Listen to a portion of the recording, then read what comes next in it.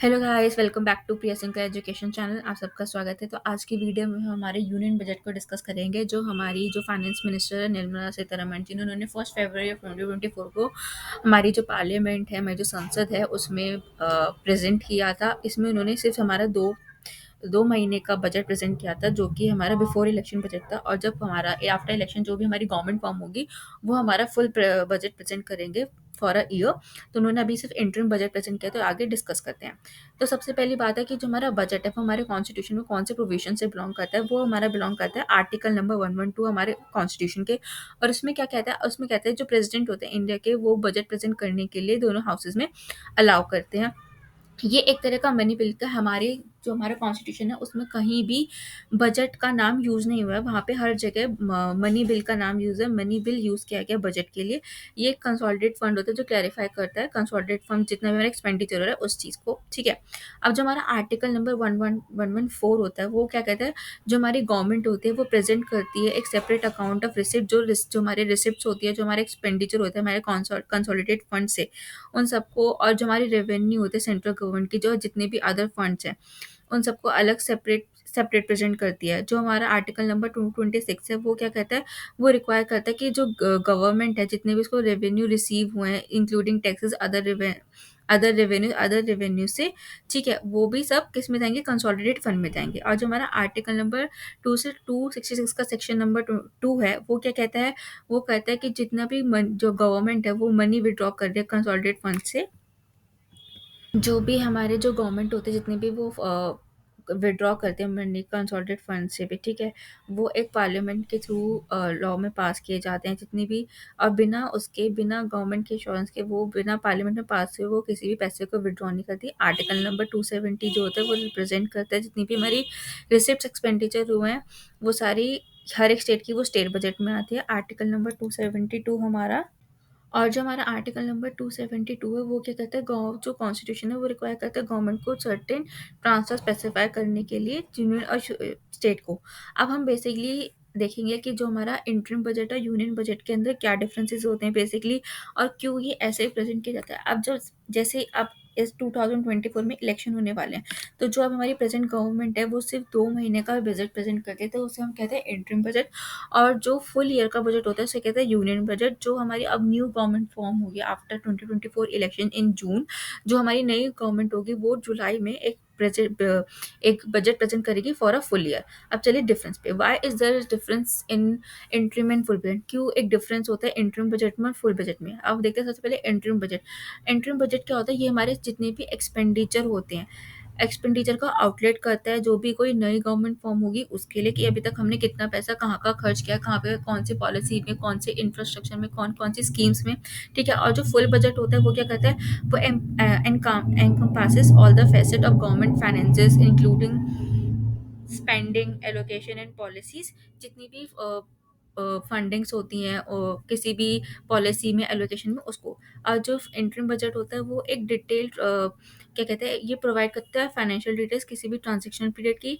और जो full budget होता है वो स्ट्रैटेजिक गाइड होता है किसी भी इकोनॉमिक ट्रेजेक्ट्री के लिए फॉर इंटायर ईयर।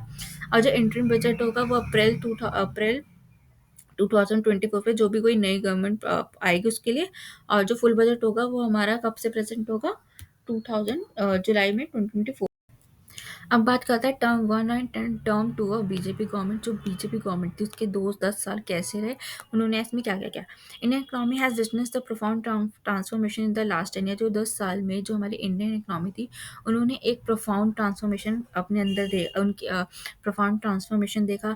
जब से बीजेपी गवर्नमेंट आई 2024 में, तो उनके पास इनॉर्मस चैलेंजेस थे हमारी कंट्री को लेके, वेरियस रिफॉर्म्स को लेके, जो उन्होंने परफॉर्म किए, अंडरटेक किए, सर जितनी भी कंडीशंस थी उसको फुलफिल किया, ये सब चीज़ें करी। उन्होंने fruits of development start reaching at people scale, मतलब उन्होंने जितनी भी उनके पर्पस थे, उनके होप थे, उन्होंने सबको फुलफिल किया। उन्होंने डेवलपमेंट प्रोवाइड करी लोगों के बीच में, फ्रूट्स प्रोवाइड किए लोगों के बीच में, fruits in the sense job वगैरह, जो भी उनकी थीम थी वगैरह। एंड सेकंड टर्म जो गवर्नमेंट थी उन्होंने क्या किया, स्ट्रेंथन किया एक मंत्रा को, क्या एक मंत्र फॉलो किया, our development philosophy covered all element, जो उनकी फिलॉसफी थी डेवलपमेंट की, उन्होंने सारे एलिमेंट्स को कवर किया जो जैसे थे inclusively, namely social and geographically.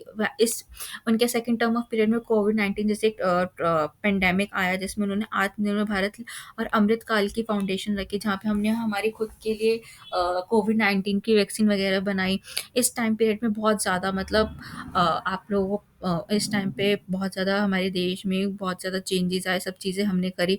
अब क्या देखते हैं, हाइलाइट्स देखते हैं ऑफ इंटरिम बजट। हाइलाइट्स क्या थी इंटरिम बजट की ऑफ यूनियन गवर्नमेंट 2024-25।